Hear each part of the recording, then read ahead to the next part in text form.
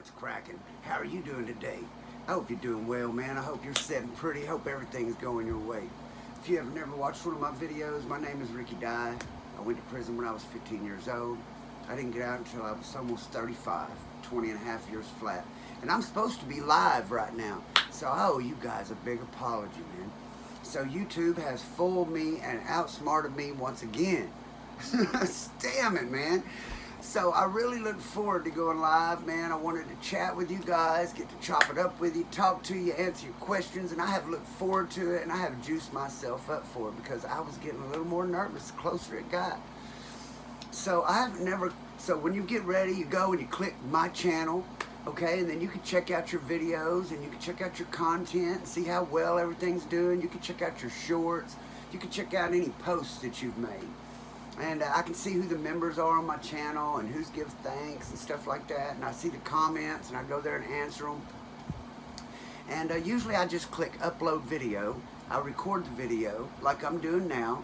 Then I just click upload and then I upload it and I upload the thumbnail, blah, blah, blah, blah. And right below where it says upload a video and create a short. All right, so when you click create a short, you just turn it on and start recording and put it up there.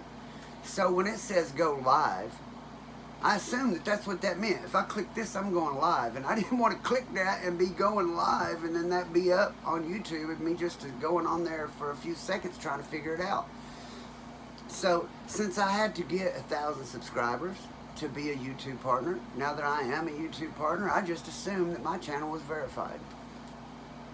So when I clicked create go live just a few minutes ago, I was going to set it up because I've seen other people has it up a little ahead of time where it shows they're fixing to go live in a few minutes or whatever.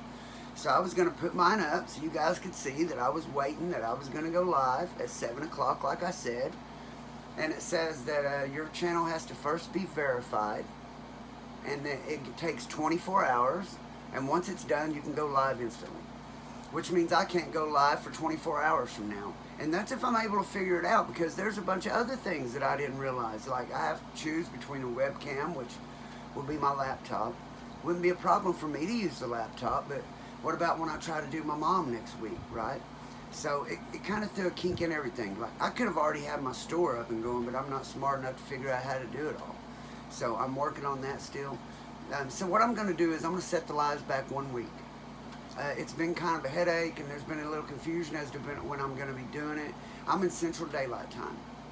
Right now it's getting close to 6 o'clock. I'm going to do my lives from now on at 7 o'clock on Sunday evening, every time. And you'll never have to guess which day or what time. It's going to always be Sunday evening at 7 o'clock. I'm just going to set it back 1 week. Tonight I'll give you a video. I'm going to jump back into my story. And I'll try to post some videos through the week. I'm going to try to get back on it. I pretty much got my garden lined out, and I've got my health back going good, it seems, and most of my doctor's appointments over. So I'm going to jump back into making my videos. I'm going to try to make a push, hopefully put one up Monday, Wednesday, and Friday. And next Sunday I will go live myself. My mother won't be with me on the first one. I'm just going to set them back 1 week. So next Sunday at 7 o'clock I'll go live.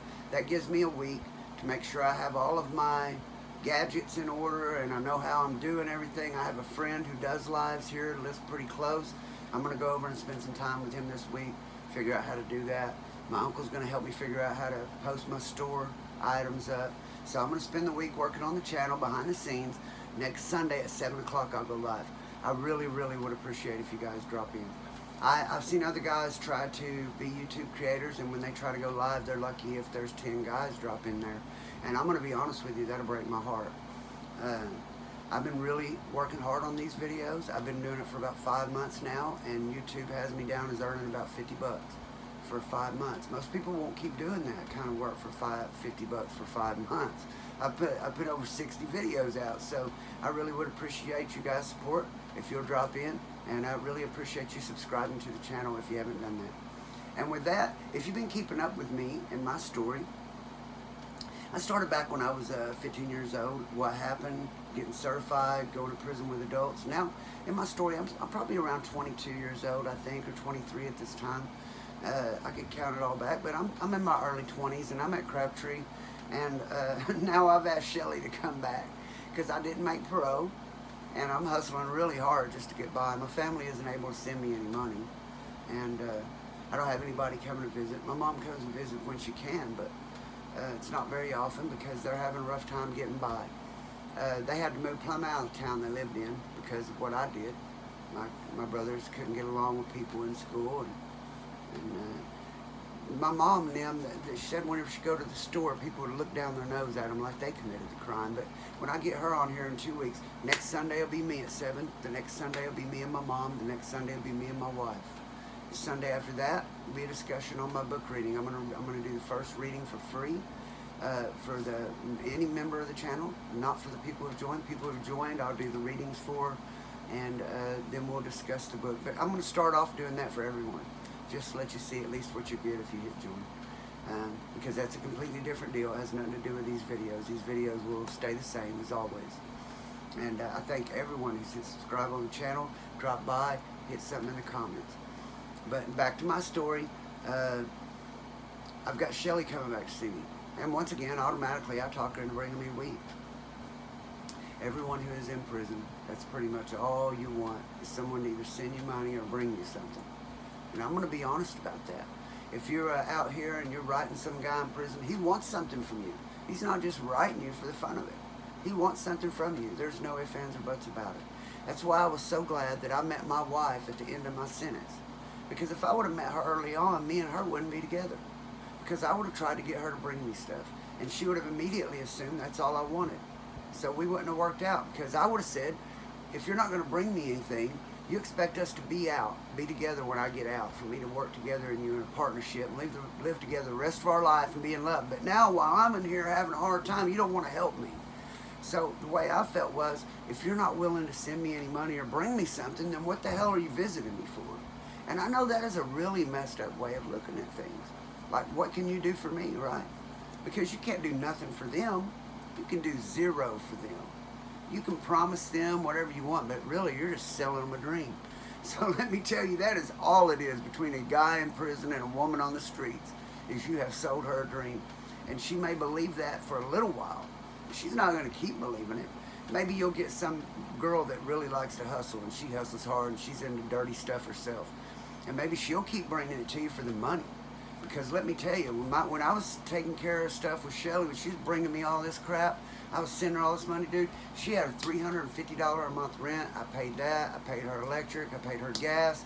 Every week I give her $50 to take the kids out for pizza or something. I give her $50 to come visit with. I paid the quarters that we ate on while we were at visit. Make no mistake about it, you're making money in there. Well, not no real money, not worth what everyone is risking. You're making hundreds of dollars. Maybe a little over $1,000 a month, you know, because the more you have in prison, the more you use in prison. The more buddies you have, you're handing weed to. Whatever other drugs you can sneak in there. The more you got, the more you do. If you end up sneaking in meth, you end up doing meth. If you sneak in coke, you end up doing coke. If you sneak in pills, you end up doing pills. That's just what it is, man. I'm going to tell you right now, everything, not only is life about your perception, it's about who you hang out with. It's your environment, baby, because if you keep going to church, you're going to end up saved. If you keep going to the bar, you're going to end up getting a drink. If you keep going to the ball court, you end up out there playing ball, baby, and that's all there is to it. It's about who you hang out with.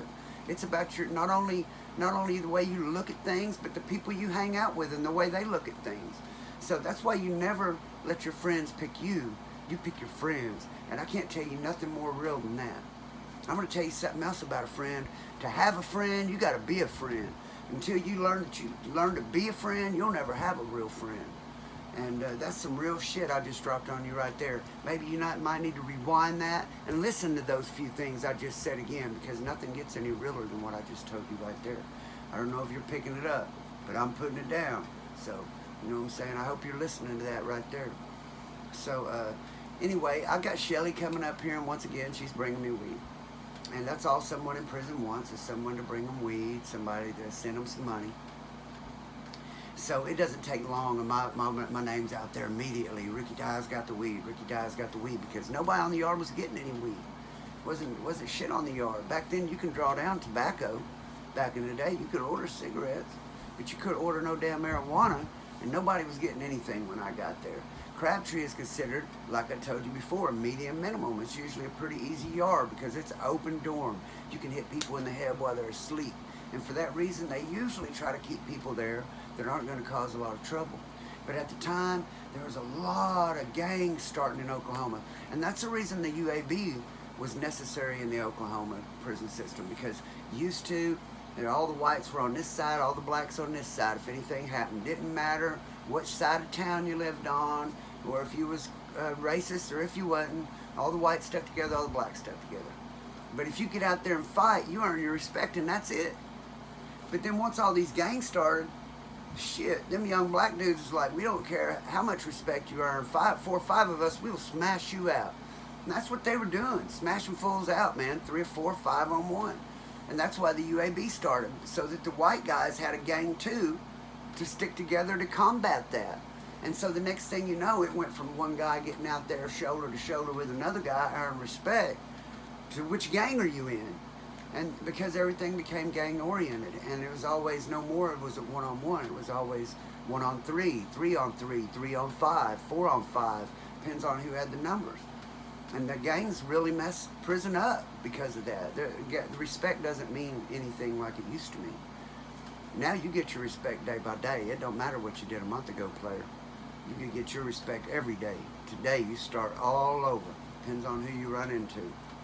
So Shelly's bringing me this weed again, and something about getting drugs when you're in prison. You can only get drugs in prison if you're strong enough to hold them. Okay? You can go around and you can get the toughest guys you can think of and give them something and have them be your little army. But sooner or later, even them, they're going to decide they'd rather just have it all. So you can only get drugs in prison if you're strong enough to keep them. And one day I was getting weed, and this guy, word gets back to me that this black dude said that if he's going to try to figure out where I was going when I come in from visit, and he's going to come try to take my weed from me. Now, the police, they were onto me too. They're hearing my name, that Ricky Dye gets weed, because whenever you're on a little yard like that, just like in a little town, if there's one guy up there doing auto work in a little town, everyone knows he's the auto mechanic. And it's the same way in prison. If one guy's getting weed and no one else is, word gets around who it is getting that weed. So you can't be the guy getting it and the guy selling it and the guy bringing it in. You'll get caught somewhere in there. And I realized that early on from McAllister whenever I watched Ted and Jack do their thing. And so since I was the one getting it, I had this little old man was the one sneaking it back for me. No one would ever imagine that this dude was sneaking in marijuana. But what would happen is my girl would bring it into the visiting room. Then I would have her go in the bathroom and drop it in the trash can in the women's bathroom. It was in the visitation room. She done come through. She's got it up inside her. It's wrapped up. It's in a baggie. Then it's wrapped with black tape, real smooth. Looks like a little miniature dildo almost. She's got that up inside her. She comes in, goes in the bathroom, pulls it out, drops it in the trash can. He sends his old lady, a little old woman, goes in right as soon as my girl comes out of the bathroom. Only one can go in there at a time. As soon as my girl comes out, his girl goes in.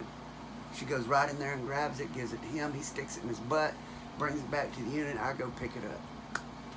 Okay, so that's why the guards can't catch me getting it or nothing. I get someone else doing all that, and as soon as I get it, I will go hide. And the way I would do it is you're in open dorms. I was in Fort West, and you're in open dorms. And you could just sit there on your bunk like this and look around at everyone else in the day room, because the walls only stand about that tall, probably about 2.5, 3 foot tall. So when you're sitting on your bunk, you can just look around the day room at everyone. So what I did is I had my partner sit on his bunk, my other partner sat right there on his bunk like they're playing chess.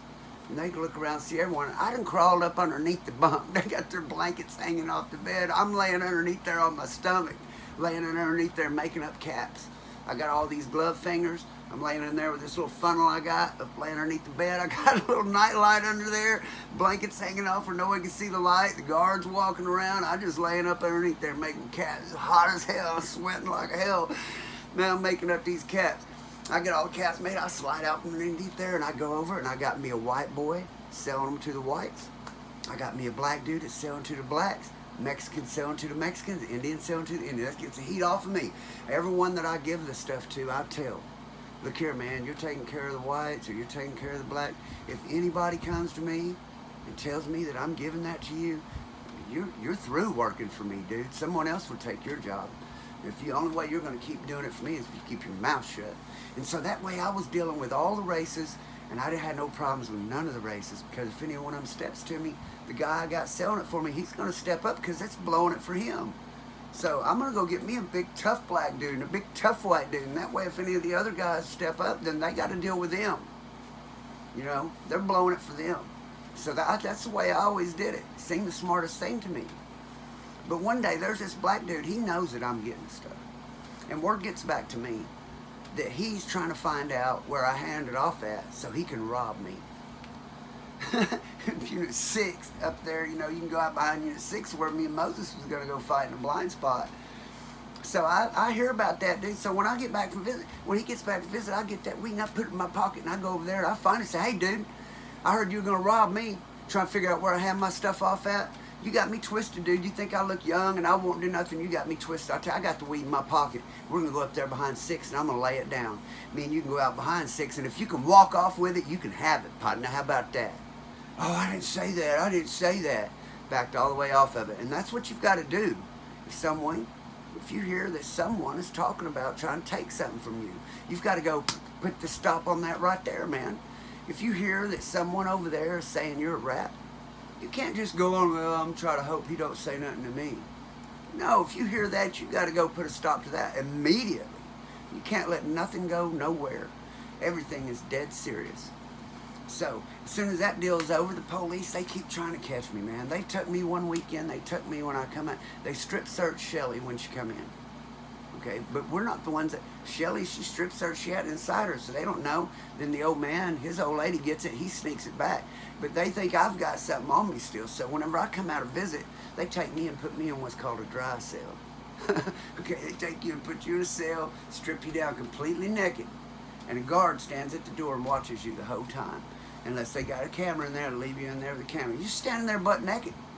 And when you get ready to poop, you tell them you're ready to poop, prove you ain't got nothing in your butt. They come in there and put a red bag in the toilet.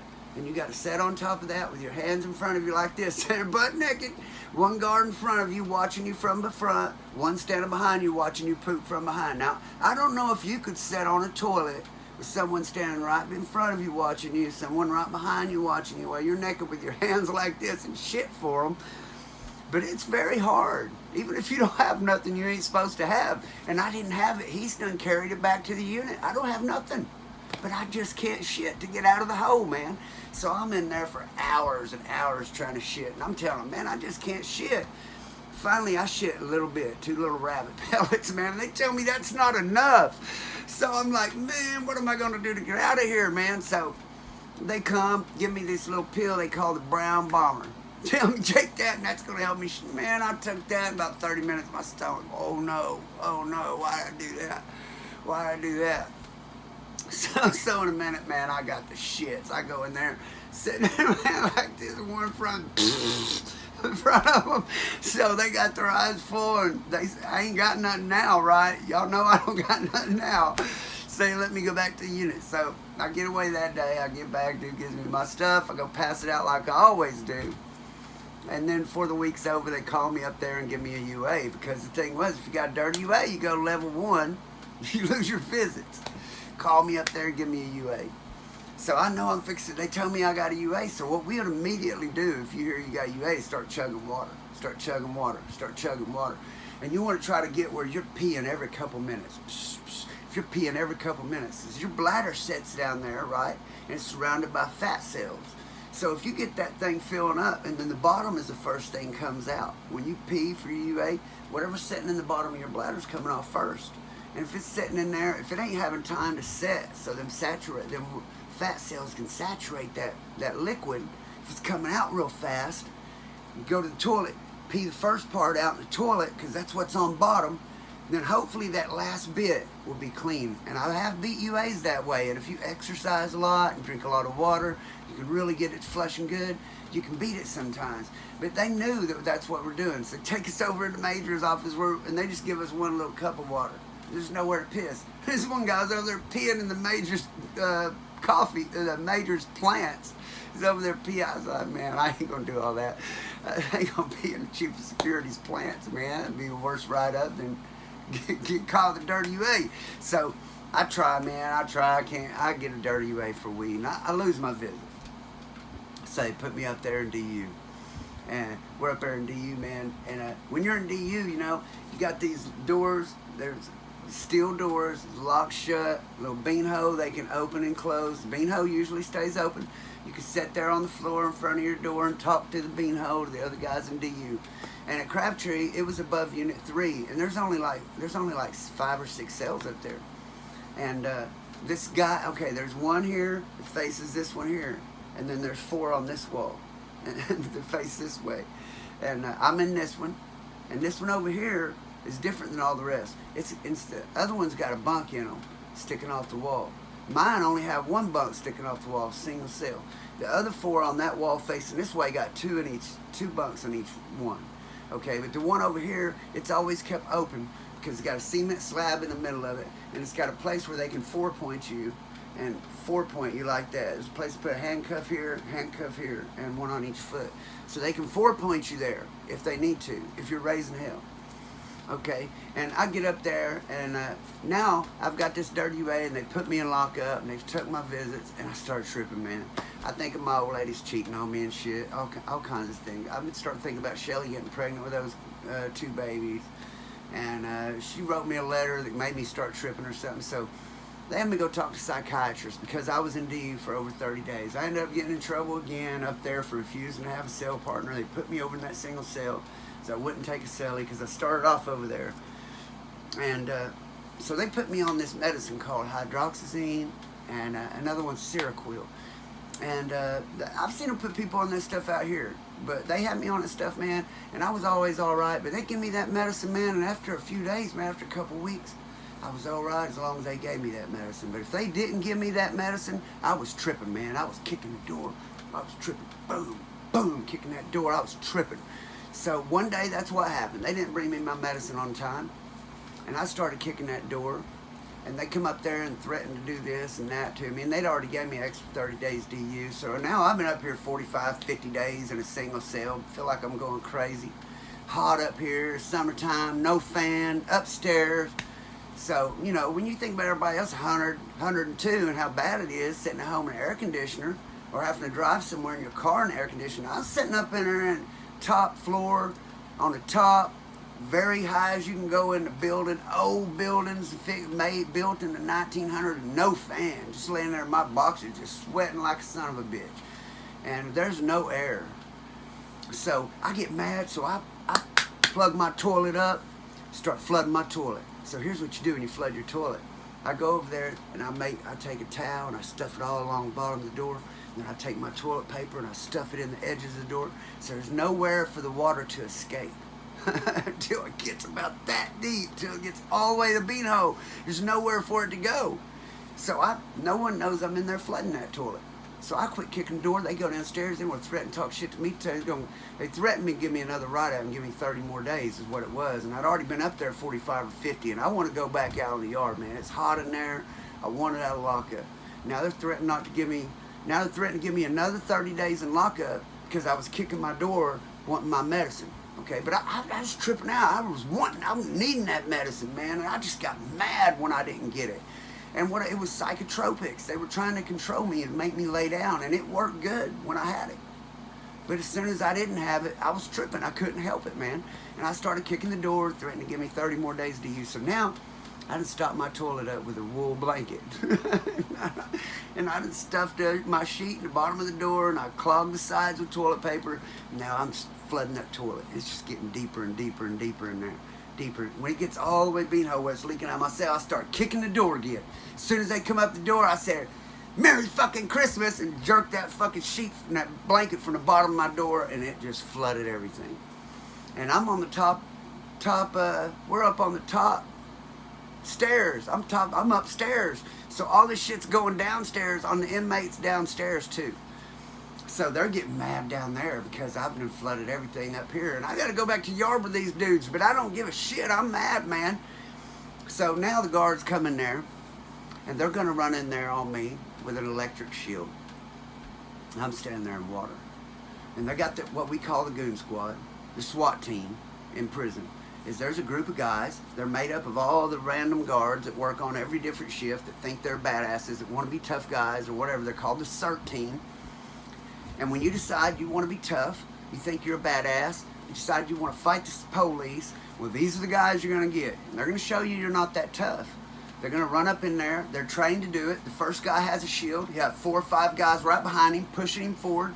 They're going to take you straight to a corner somewhere and take you down. They're going to put you on your belly. They're going to hog tie you with handcuffs. You're going to wish it never happened because they're going to rough you up. So I see that they're fixing to come in there on me, but they got an electric shield and it's water on there. So I said, man, screw it. I surrender. I ain't going to lie. I surrendered. So I turned around, made me turn around, put my hands through the door, and they cuffed me up. They take me over there across the hall to where the cell across from me, and 4-point me like this, butt naked. Someone had tucked some toilet paper and stuffed it over the vent up there when it got cold or hot up in there. Sometimes you might get a little air out of that, but no, dude, they unhooked all that. I'm in there just butt naked like this. I was like that for 12 hours with female staff nurses sitting next to me. They have to sign a piece of paper every 15 minutes that you've been checked on. They just sit there next to you, and every 15 minutes they sign this. You can't get up. If you say you need to pee, they'll do a urinal next to you. It's the most embarrassing thing I ever went through in my whole life, man. Laying there like that. You know you've lost. There's no doubt in your mind you have lost. So, I'm going to DU at Crabtree and have something very interesting to tell you. But it's what, 26 minutes. So it's going to start right there with me and Lockup at Crabtree in the next video. I'm very sorry that I didn't go to live tonight. I really was looking forward to it. I feel like I let you guys down. I'm just not that smart at this stuff. You guys bear with me, man. I will get the story up. I will make the videos better. I will make the channel better. But just got to give me a little time. I've come a long way from where I was standing 13 years ago. 13 years ago, I couldn't figure out how to turn my phone on when I got out here. So I'm just fumbling my way through. It's like it's in the dark, in the jungle, and I'm just trying to find my way through, man. I'm lost. But I'm going to figure it out. I will figure it out. I just hope you guys will hang with me through then. If you haven't subscribed to the channel, do that for me, please. And may God bless, keep, and protect you and yours. Until the next one, peace out.